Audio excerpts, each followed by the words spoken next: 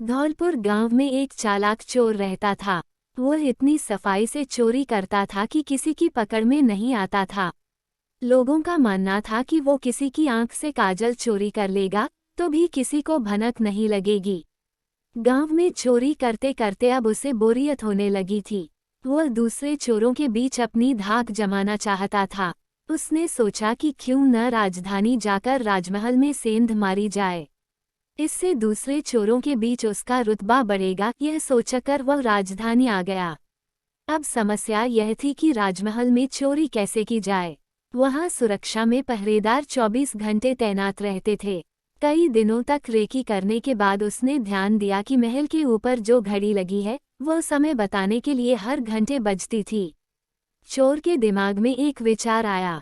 चोर रात में कुछ लोहे की कीलें और हथौड़ी लेकर राजमहल पहुंचा और जैसे ही घंटी बजती वह दीवार पर एक कील ठोक देता। इससे घंटी की आवाज में हथौड़े की आवाज दब जाती और किसी को पता भी नहीं चलता था। इस तरह उसने 12 कीलें ठोक दी। उन कीलों के सहारे वह महल में दाखिल हो गया और हीरे जवाहरात चोरी करके रफूचक्कर हो गया। अगले दिन जब राजा को चोरी का पता चला तो उसे यह जानकर बड़ी हैरानी हुई कि इतनी सुरक्षा के बावजूद भी कैसे कोई राजमहल से चोरी करने में कामयाब हो सकता है। राजा ने नगर में सिपाहियों की संख्या बढ़ाने का आदेश दिया और कहा कि कोई भी व्यक्ति रात में घूमता नजर आए तो चोर समझकर गिरफ्तार कर लिया जाए। दरबार में ऐलान के वक्त चोर भी भेष बदलकर मौजूद था। उसने चालाकी से पता लगा लिया कि कौन कौन से सिपाही इस काम के लिए चुने गए हैं। उसने उन सिपाहियों के घर का पता लगाया और साधु का भेष धारण करके उनके घर पहुंच गया। वहां उसने पाया कि सभी सिपाहियों की पत्नियां चाहती थी कि उनका ही पति चोर को पकड़े। इस बात का फायदा उठाते हुए उसने सभी की पत्नियों को कहा कि पूरी रात तुम्हारे पति चोर की तलाश में बाहर रहेंगे। इस बीच चोर तुम्हारे पति का वेश धारण कर घर में घुसने की कोशिश करेगा। भले ही वह तुम्हारे पति की आवाज निकाले, लेकिन तुम उसे अंदर मत आने देना और गर्म कोयला फेंकना। इससे चोर घायल हो जाएगा और पकड़ा जाएगा। पत्नियों ने हामी भर दी। वहीं सिपाही पूरी रात गश्त करते रहे और चोर की तलाश करते रहे। सुबह के 4 बजे गए थे। सभी सिपाही चोर को ढूंढते ढूंढते थक गए। तभी सारे सिपाहियों ने सोचा कि अब घर चलकर थोड़ा आराम कर लेते हैं। जब वे घर पहुंचे और दरवाजा खटखटाया तो पत्नियों को शक हुआ। उन्होंने सोचा कि साधु की बात सच हो गई। जरूर ये चोर है जो भेष बदल कर आया है। वे जलता हुआ कोयला अपने पतियों पर फेंकने लगी। इससे सारे सिपाही घायल हो गए। उन्हें अस्पताल में भर्ती कराना पड़ा। दूसरे दिन राजा को जब सारी बात पता चली तो वह चिंतित हो गया। उसने फौरन कोतवाल को आदेश दिया कि जितनी जल्दी हो सके उस चोर को पकड़कर हाजिर किया जाए। कोतवाल ने शहर में पहरा देना शुरू कर दिया। इस दौरान कोतवाल को एक युवक आता दिखा। कोतवाल ने उस लड़के से पूछा, कौन हो तुम?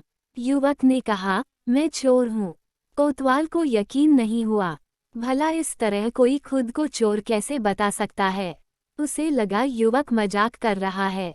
कोतवाल ने आगे कहा, अगर तुम चोर हो तो चलो, तुम्हें जेल में बंद करने का आदेश मिला है। वह युवक चोर तैयार हो गया। कोतवाल उसे लेकर एक कमरे में गया, जिसे देखकर चोर ने बोला कि कोतवाल साहब, इस जेल को तो कोई भी खोल सकता है। कोतवाल बोला, इसे खोला नहीं जा सकता। चोर बोला, आप अंदर जाइए, मैं बताता हूँ इसे कैसे खोल सकते हैं। कोतवाल मान गया और जैसे ही अंदर गया, चोर ने दरवाजा बंद करके लॉक कर दिया और हंसते हुए बोला, मैंने पहले ही बोला था मैं चोर हूँ, आप माने नहीं। कोतवाल पूरी रात जेल में बंद रहा।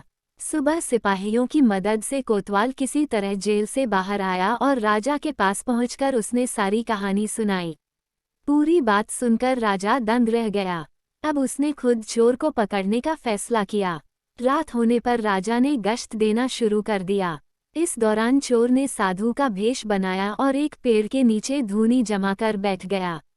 गश्त के दौरान राजा इधर उधर के चक्कर काट रहा था। इस दौरान उसने पेड़ के नीचे साधु को बैठा देखा तो पूछा कि बाबा, इधर से किसी अजनबी इंसान को जाते देखा है क्या? साधु के भेष में बैठा चोर बोला कि मैं ध्यान में था, इसलिए देख नहीं पाया। इस दौरान राजा को एक विचार आया। उसने तय किया कि वह साधु की पोशाक पहनकर पेड़ के नीचे बैठकर नजर रखेगा और साधु चोर को अपने कपड़े पहना देगा ताकि वह नगर के चक्कर लगा सके। पहले तो चोर इस बात पर राजी नहीं हुआ, लेकिन काफी चर्चा के बाद वह राजा के कपड़े पहनने के लिए राजी हो गया। राजा साधु के भेष में पेड़ के नीचे बैठ गया। इस दौरान चोर ने राजा के कपड़े पहने, घोड़े पर बैठा और महल जाकर आराम से सो गया। जब पूरी रात गुजर गई, सुबह के 4 बजे के करीब राजा को लगा कि साधु तो अब तक लौटा नहीं और न ही कोई अजनबी इस रास्ते से गुजरा, तो उसने महल लौट जाने का फैसला किया। जब वह महल के फाटक के पास पहुंचा तो पहरेदारों ने सोचा कि राजा तो काफी पहले महल आ चुके हैं, ये जरूर कोई बहरूपिया है। उन्होंने राजा को बहरूपिया समझकर जेल में डाल दिया। भोर होने पर एक संतरी ने राजा को पहचाना और जेल से बाहर निकाला। वह राजा के पैरों पर गिरकर माफी मांगने लगा। राजा ने उसे माफ कर दिया। राजा ने महल पहुंचकर देखा कि चोर रात भर उसके बिस्तर पर सोया और उसी की पोशाक में फरार हो गया। अगले दिन राजा ने ऐलान किया कि अगर चोर उसके सामने आ जाएगा तो उसे बख्श दिया जाएगा, साथ ही उसे इनाम भी दिया जाएगा। चोर वहां मौजूद भीड़ से निकलकर बोला कि मैं ही चोर हूं। सबूत के तौर पर उसने राजा को उसकी पोशाक दिखाई और चोरी का सारा सामान भी वापस कर दिया। राजा ने अपने वादे के मुताबिक चोर को माफ कर दिया। राजा ने भेंट में उसे एक गांव दिया, साथ ही वादा लिया कि भविष्य में वह कभी चोरी नहीं करेगा। इस तरह चतुराई के बल पर चोर ने खुद को साबित किया और खुशी खुशी जीवन यापन करने लगा। कहानी से सीख: अगर इंसान में बुद्धिमानी और समझदारी है